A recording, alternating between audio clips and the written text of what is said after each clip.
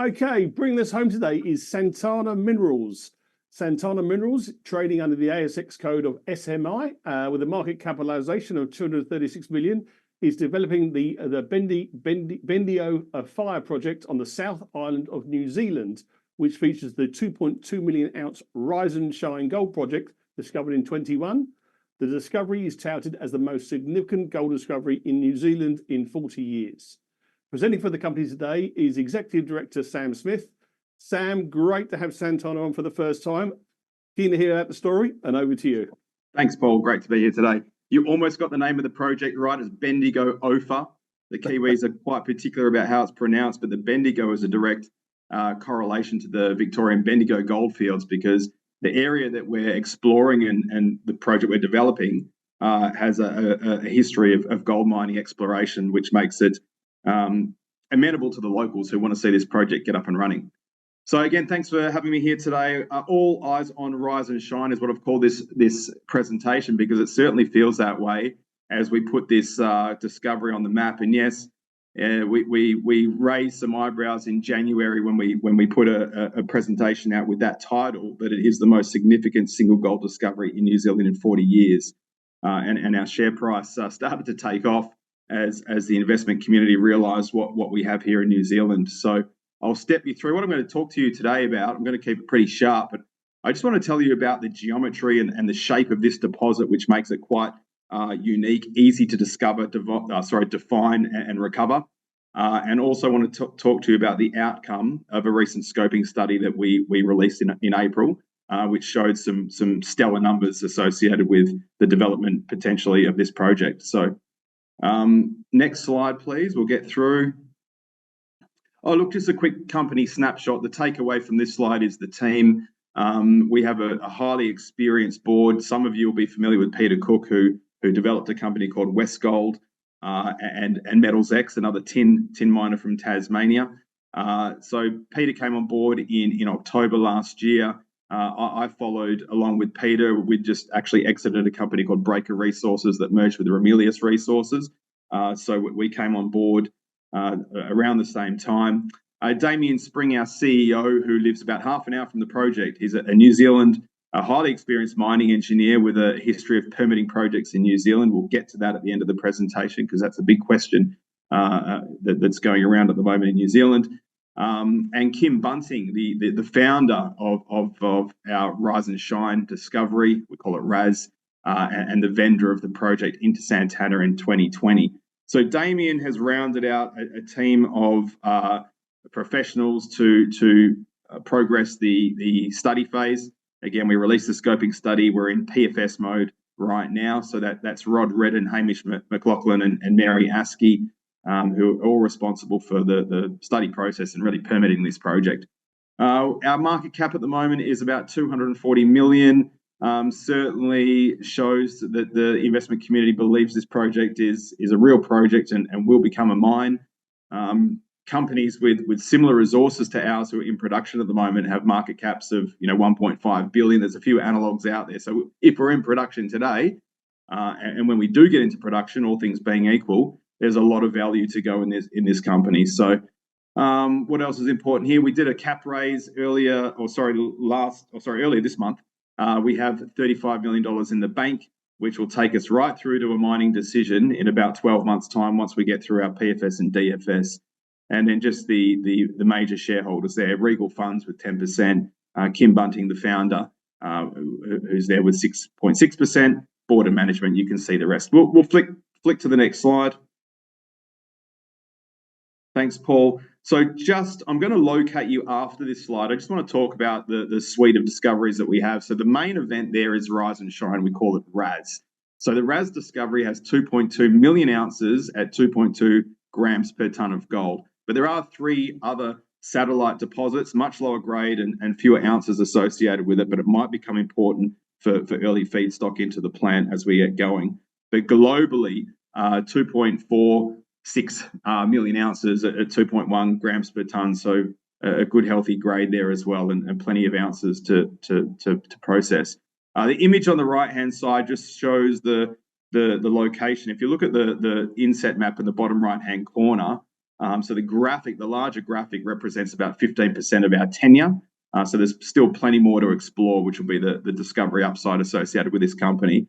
But you can see, it might not come up on your screens there, and I'll show it on a different slide, but essentially we're in a geological setting with two schists, the Central Otago schists. At the contact of the Thompson Gorge Fault is where the discoveries have been made. And so all of the discoveries so far have been found in the Rise and Shine Valley and have been extended below the TZ3 schist system, which I'll show you in a different slide. So moving on. So in terms of location, bottom left-hand corner of the graphic, you see the map of New Zealand. We're on the south of the South Island in the Central Otago Plains.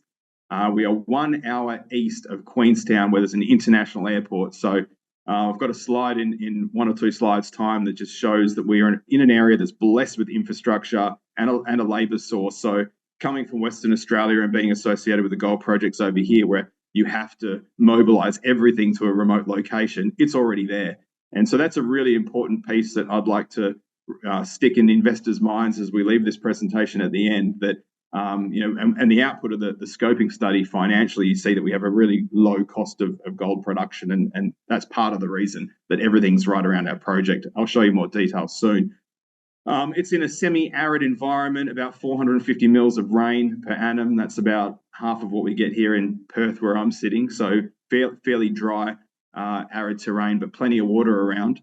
And you can see the important takeaway from that image there on the right-hand side, the Macraes gold mine. So Oceana Gold have been mining at Macraes for well over 30 years, and there's a strong analogue between our discovery and what they've been able to achieve down there. So we hope that, albeit our initial scoping study shows a mine life of 10 years, we hope to be mining where we are for over 30 years as well. In the same geological setting, in the Otago schists, I'll talk to you a bit more about that later, but that's important. The location and proximity to Oceana Gold is important just because it's an area that's now familiar with mining. They've been a beneficiary of that project for over 30 years. So it's a mining-friendly location. We might as well move on. I'll talk maybe a bit more about that later. On the other map that we just left, you saw the town of Cromwell. I mentioned that it's blessed with infrastructure. So let me stay on this slide for a moment, because it took a while for this to resonate with me. Once I became involved in the project, I was more focused on the geometry, the grade, how are we going to mine it. I have a mining engineering background. But from the cost profile, after going there a couple of times, and it was Peter Cook who had mentioned it to me, but it took a while to resonate. And that's why I put this slide in here, because I'd like this to resonate immediately with potential investors. Our project, you can see the badge on the top right-hand corner of that graphic, where we're located. If you sort of pan across to where the town of Cromwell is, with 8,000 people who are all crying out for better paid jobs. I've been there a few times and spoken to some of the locals. The drive from Cromwell, and it's a beautiful location, to the mine gate is about 15 minutes. So we're not dealing with FIFO camps and people having to fly 2 hours and then catch a bus for an hour just to get to work. People will be able to stay in their own beds at night, coming largely from Cromwell and a couple of other towns that are proximal to the project. We have access to fresh water from Lake Dunstan, so no hypersaline waters hunting around for water in the arid areas of Western Australia. Access to the fresh water at Lake Dunstan, which is important for processing. Bitumen State 8 highway straight to the mine. I'm laughing because I've been associated with projects where companies have spent $40 million on access roads into their site. Ours is already there. Access to low-cost energy. You see the badge on the bottom of the graphic there. We've got the Clyde Dam hydro power scheme proximal to the site, so we'll have access to cheap power as well, and green energy too, which is a good part of the story. And again, all very close to an international airport at Queenstown. So no FIFO, no major camps, and none of the headaches associated with having to bring all this stuff to site. Next slide, thank you. So the RAS deposit, which is the jewel in the crown and the main event on our property, the geometry, we're looking at a plan view here. So you can see that it's 1.7 kilometres down plunge so far. It's open at depth, but that's how far we've traced it at the moment. The mineralized zone is about 450 meters wide. However, the high grade core, and that's what we're going to concentrate on for mining, is about 150 meters wide. And most importantly, and this really resonated with me, pertinent to my past experience, the thickness of this thing is up to 40 meters. And I'm going to show you some cross sections. This is the first thing I looked at when I became involved with the company. Show me the quality of this ore body and the continuity, which is important once you start mining. So in that image there, you can see the dotted line that goes sort of nearly vertical. That's the long section that I'm going to show you. And then cross section A, B, and C, we're going to turn it 90 degrees. I'm going to show you a cross section through the ore body in the next few slides so that you can see the thickness and the continuity. And again, 2.2 million ounces at 2.2 grams per tonne in this deposit. So let's flick to the next slide. So there's the long section, and you can see that, well, actually just a little bit on the geology, the light grey material at the top is the TZ3 schist rock. Ironically, that is where all of the Macraes mineralisation is hosted. For us, it's completely barren. Ours is all in the TZ4 schist rock, depicted in the darker grey. And just a little bit on the discovery story. To the right-hand side of that image, there's a valley, the Rise and Shine Valley. That's where our founding director, Kim Bunting, or the vendor of the project rather, was prospecting with ambitions of developing a lower grade heap leach project until through the recap of that project into the Santana Shell in 2020, they raised some money and started drilling through that barren TZ3 cover. And ironically, going in the other direction for where the old timers were prospecting, they were sort of heading further to the south. He drilled north took a risk, drilled through that barren cover, discovered Rise and Shine, and every time they've stepped out, as you can see, going down plunge, they keep hitting that deposit with similar thicknesses, which I'll show you in the next slide. So 1.7 kilometers so far. Next slide, thank you. So we turn it 90 degrees at cross section A. If you remember back from that plan, that bird's eye view, cross section A, you're getting intercepts of 40 meters at over 10 grams per tonne, 40 meters at 4 grams per tonne, 23 at 2.3. You step 200 meters to the north on cross section B. If you flick slides there, thanks, Paul. And you can see it's still there. Nearly 30 meters at 7 grams per tonne, 18 at 8. 200 meters to the north, flicking again over slide, thanks, Paul. And it's still there, and you're still getting thicknesses of 40 meters at 2.4 grams per tonne. So what we're looking at is a thick tabular ore body with a high degree of continuity, which just makes it easy for recovery. You can put an excavator on it. Because it's so thick, it doesn't dilute. You're not trying to selectively mine out skinny sections of an ore body. And that's what's got everybody quite excited about this project. Hence a significant discovery in New Zealand. Next slide. Of course, all of this is only important if you can liberate the gold out of the ore. We've done 6 phases of met testing, and we're looking at recoveries from gravity and cyanide leach of somewhere between 91 and 94%. So in our scoping study, we selected 93%. I'll talk to you about the numbers in the next couple of slides. But essentially no surprises in the network. Low reagent consumption, moderate to hard bond work index, but power's cheap, so that's not going to be a burden for us. Most of the gold's liberated after 8 hours. But yeah, we're looking at the recoveries in the sort of low to mid 90%. Next slide, thanks. So we released a scoping study in April. You can see more detail on that. I've presented a truncated version for this purpose here, but feel free to go onto our platform and look at some more detail. But essentially, we chose a 1.5 million tonne per annum plant. We felt that was the right size for the volumes would be pulling out of the pit and from underground. Sort of need to be cognizant of what it looks like in the future as well. So usually a bit of a restriction on volumes coming from an underground mine as opposed to an open cut mine. And the result was an open pit that lasted 8 years and an underground that went for 4 years. We did have to cut off the mine life because some of the material deeper was still in the inferred category. 84% of the material going through our scoping study was indicated, and only the balance of inferred was as a consequence of mining the indicated. But deeper in the deposit, where it's all indicated, we had to chop it off, and that's an objective, subjective view of the ASX. So really, there's a version of this that's on my desk that's a 14-year mine life, but we've publicised the 10 years to get going, and the numbers are stellar as an output, which we'll look at next. But we're recovering over 1 million ounces out of that 10-year mine, and we think it's just the beginning, even just at Rise and Shine at RAS, let alone the other satellite deposits and whatever else we can prove up and discover in the interim. So next page, thank you. So the outcome of the scoping study, a life of mine, as mentioned, of an initial 10 years, and that's important. As I said, there's a life deeper underground. We just need to get that inferred material into indicated, and we think we're going to do that pretty easily because you can see the continuity. It just doesn't stop. It's tabular. Producing 110,000 ounces per annum, which is nice to be able to tick that box. The question always comes from the investment community, is it going to be over 100,000 ounces per annum? Yes. Recovering over 1 million ounces of gold.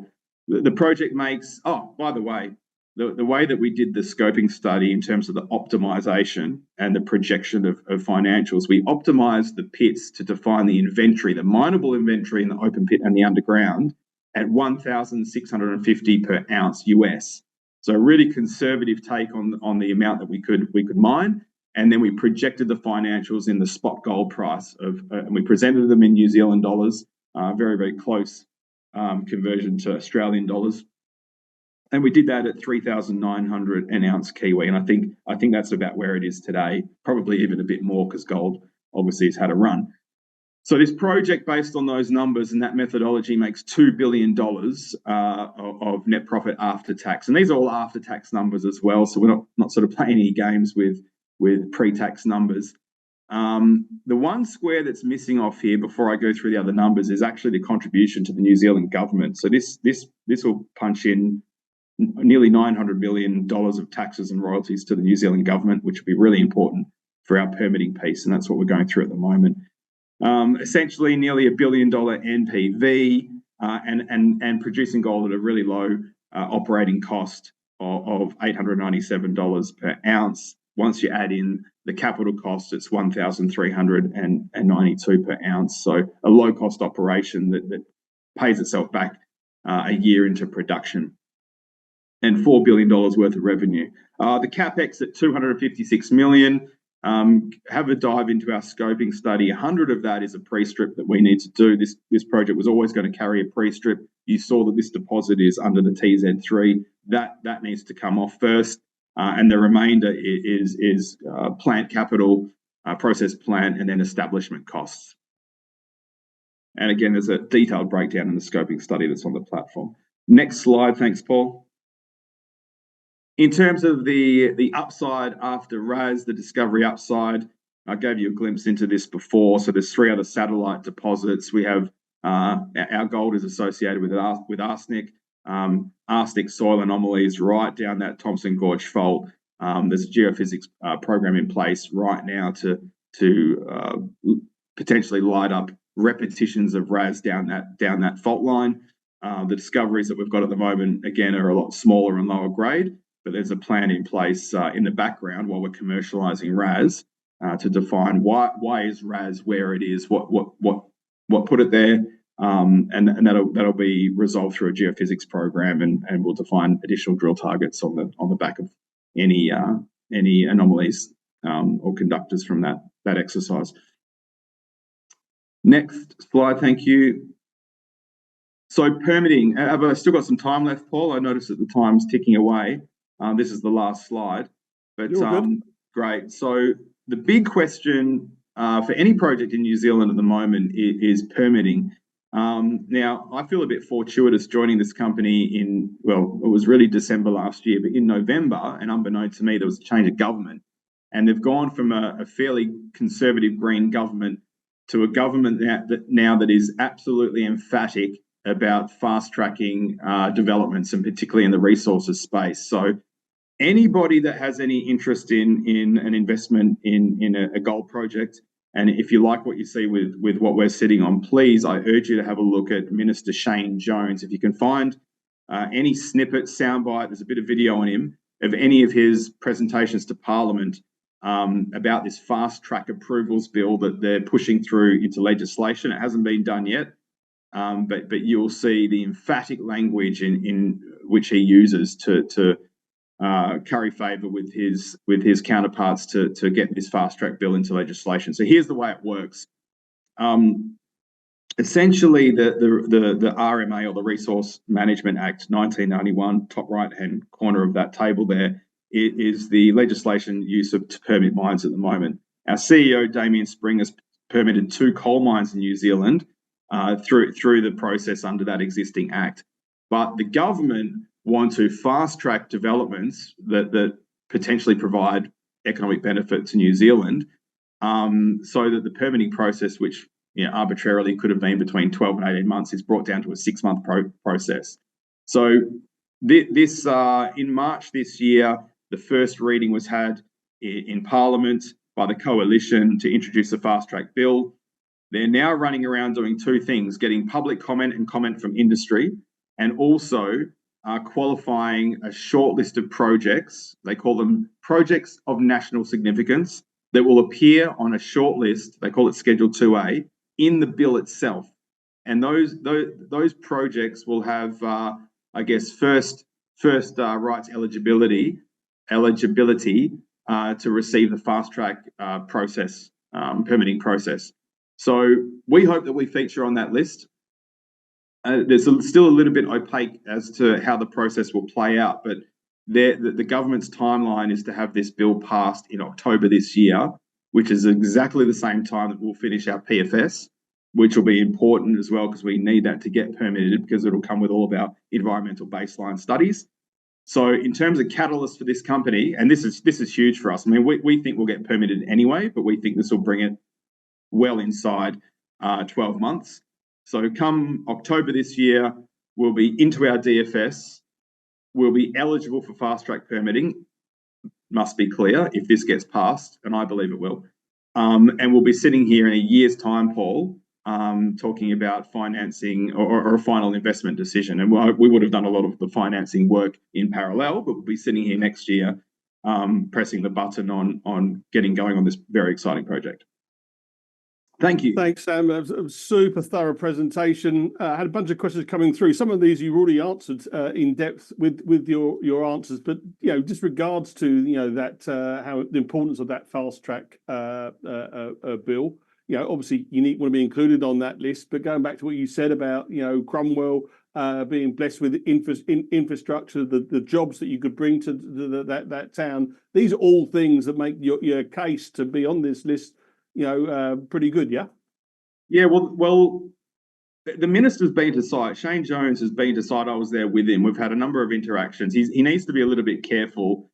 There's already some sensationalized journalist material coming out in New Zealand about, it's really the lunatic fringe green lobbyists trying to tear this away. The latest that I saw was he had lunch with somebody at one of the companies looking for the fast track, looking to get on that bill, on that schedule, and it wasn't diarised, so all of a sudden it's corruption. So he's very careful about how vocal he is in support of certain projects. But he's been to our project, and I guess I can tell you here verbally that he's very supportive. And I just don't really see any other project of this size and magnitude that can have that contribution to the the coffers in New Zealand. So I really think that we'll be the poster project.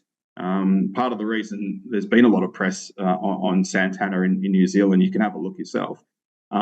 So yeah, over 200 jobs that should be generated from getting into development. And again, anecdotally, I've been to Cromwell a few times, and you talk to the locals there, in an area that's steeped in gold mining history, and they want better paying jobs. So yeah, indeed, I think this is a meaningful project for New Zealand moving forward, and it's the right time. We're advanced, we're well defined, and we're hitting that PFS DFS phase at the exact right time, pertinent to the fast track approvals bill. So tell me, what are the key priorities for Santana in the next 12 months? So the two key priorities is doing what we say we're going to do in the PFS. So that's really a timeline event and hitting that in September, and then getting on and getting our DFS done as soon as practically possible, which will probably be another 6 months. So they're the two major milestones. And again, in the background, we've got the geos working on that geophysics program. And one here, to what extent do you expect the RAS resource number to grow, and why? Oh, sorry, I missed that. The resource numbers. Yeah, to what extent do you expect the RAS resource number to grow, and why? Oh, sorry. Yeah, so what I think, we've got a few holes planned to get the inferred material that was cut out of the mine plan. I think I can say this, by the ASX. So we were very careful about how we released the scoping study. We wanted it to be 100% compliant, so we tested it with them first. So that 4 years at the end of the mine plan that, as I said, we weren't able to release, so we've cut it back to 10. We want to get some of that into indicated category so it can factor into whatever we do next, and have a meaningful, could be part of our production target. Over and above that, the deposit starts to get pretty deep. You might remember a slide early on where it's sort of plunging underneath that TZ3, and the extension deep underground would be drilling through sort of 400 or 500 meters of waste material to hit it. So we'll probably reserve our cash and drill that from underground once we get going. So really, any increase will be more inferred into indicated, as opposed to an extension from the 2.2 million ounces becoming, anything more than that. I think, the main goal here is commercialize what we've got because it's massive, and then look for repetitions down the fault line as we increase the confidence on RAS. Sam, it's been an absolute pleasure. As I said, first time we've had Santana Minerals on, clearly a very exciting project, and can't wait to get you back on and talk about the development and the progress you sounds to me that you're going to make. Thank you for your time. Thanks, Paul. Much appreciated.